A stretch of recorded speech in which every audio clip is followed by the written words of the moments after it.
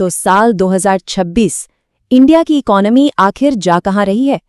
Investors के लिए कौन से नए मौके इंतजार कर रहे हैं और कौन से चैलेंजेस सामने आ सकते हैं?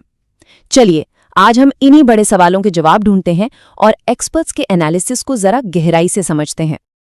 अब देखिए, ये सिर्फ एक बयान नहीं है, ये असल में उस बढ़ते हुए ग्लोबल कॉन्फिडेंस को दिखाता है जो इंडिया की इकोनॉमिक स्टोरी में साफ साफ नजर आ रहा है, खासतौर पर तब जब दुनिया खुद कई मुश्किलों से गुजर रही है। इस सवाल का जवाब ढूंढने के लिए हमें पहले बड़ी पिक्चर देखनी पड़ेगी, मतलब मैक्रो इकोनॉमिक लेवल पर चल क्या रहा है। कई बड़े एनालिस्ट्स 2026 के लिए भारत की इकोनॉमिक सिचुएशन को बड़े ही दिलचस्प और अच्छे शब्दों में बता रहे हैं। इसका सीधा सा मतलब ये है कि जो नींव पिछले कुछ सालों में रखी गई है ना, जो रिफॉर्म्स हुए हैं, जो इन्वेस्टमेंट हुआ है, 2026 में उसके असली नतीजे दिखने की उम्मीद है। मतलब अब तक जो बातें सिर्फ उम्मीद पर थीं, वो अब हकीकत में बदल सकती हैं। 7.3% ये सिर्फ एक नंबर नहीं है, ये फिस्कल ईयर 2025-26 के लिए इंडिया की अनुमानित जीडीपी ग्रोथ है। ये दुनिया की बड़ी इकोनॉमीज में सबसे तेज ग्रोथ रेट्स में से एक है, जो एक बहुत ही मजबूत इकोनॉमिक एक्सपेंशन का साफ साफ सिग्नल है। और एक्सपर्ट्स इसी चीज को गोल्डीलॉक्स सिचुएशन कह रहे हैं। मतलब इकोनॉमी ना तो इतनी ज्यादा गर्म है कि महंगाई बेकाबू हो जाए और ना ही इतनी ठंडी कि ग्रोथ ही रुक जाए। ये एक परफेक्ट बैलेंस है जो खास तौर पर इक्विटी में इन्वेस्ट करने के लिए एक शानदार माहौल बनाता है। तो सवाल उठता है कि ये इतनी पॉजिटिव फोरकास्ट आ कहां से रही है? असल में इसके पीछे दो बड़ी ताकतें हैं जो एक साथ एक ही डायरेक्शन में काम कर रही हैं। यहाँ पर सरकार और सेंट्रल बैंक की एक कमाल की जुगलबंदी दिख रही है।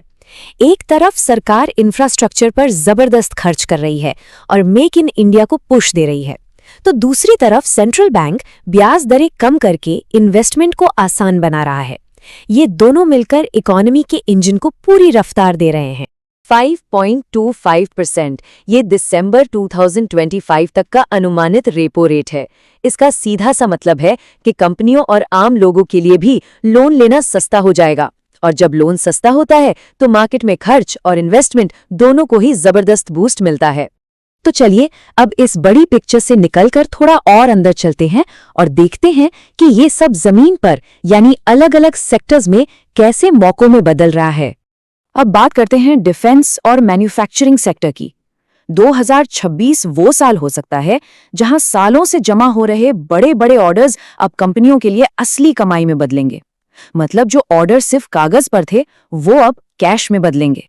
जरा इन आंकड़ों पर नजर डालिए। HAL और BEL जैसी कंपनियों के पास लाखों करोड़ के ऑर्डर्स पड़े हैं। सोचिए, इतनी बड़ी ऑर्डर बुक्स का मतलब है कि इन कंपनियों के पास अगले 5 से 6 सालों के लिए कमाई का एक पक्का जरिया है।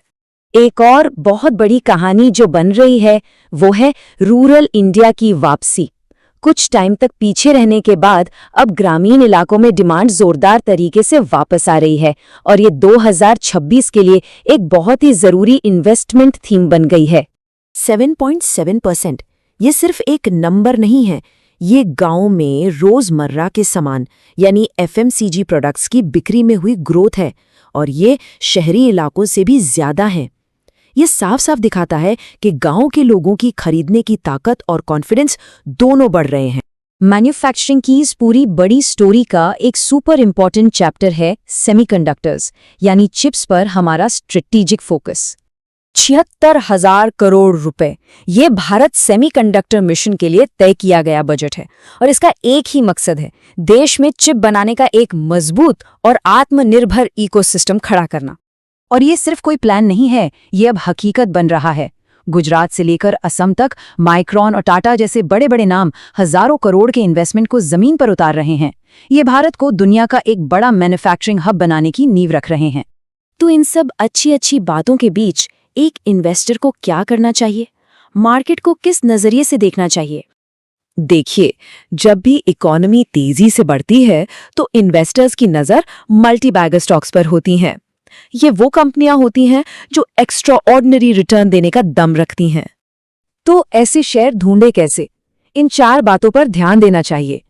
ऐसी कंपनियां जिन पर कर्ज कम हो, जिनकी कमाई लगातार तेजी से बढ़ रही हो, जिनके पास मार्केट में कोई ऐसी खास बात हो जिसे कोई और कॉपी न कर पाए, और हाँ, जिनकी मैनेजमेंट टीम पर भरोसा किया जा सके। लेकिन हाँ, हर कहानी के दो पहलू होते हैं, तो कोई भी इन्वेस्टमेंट का नजरिया इन संभावित रिस्क्स को समझे बिना अधूरा है।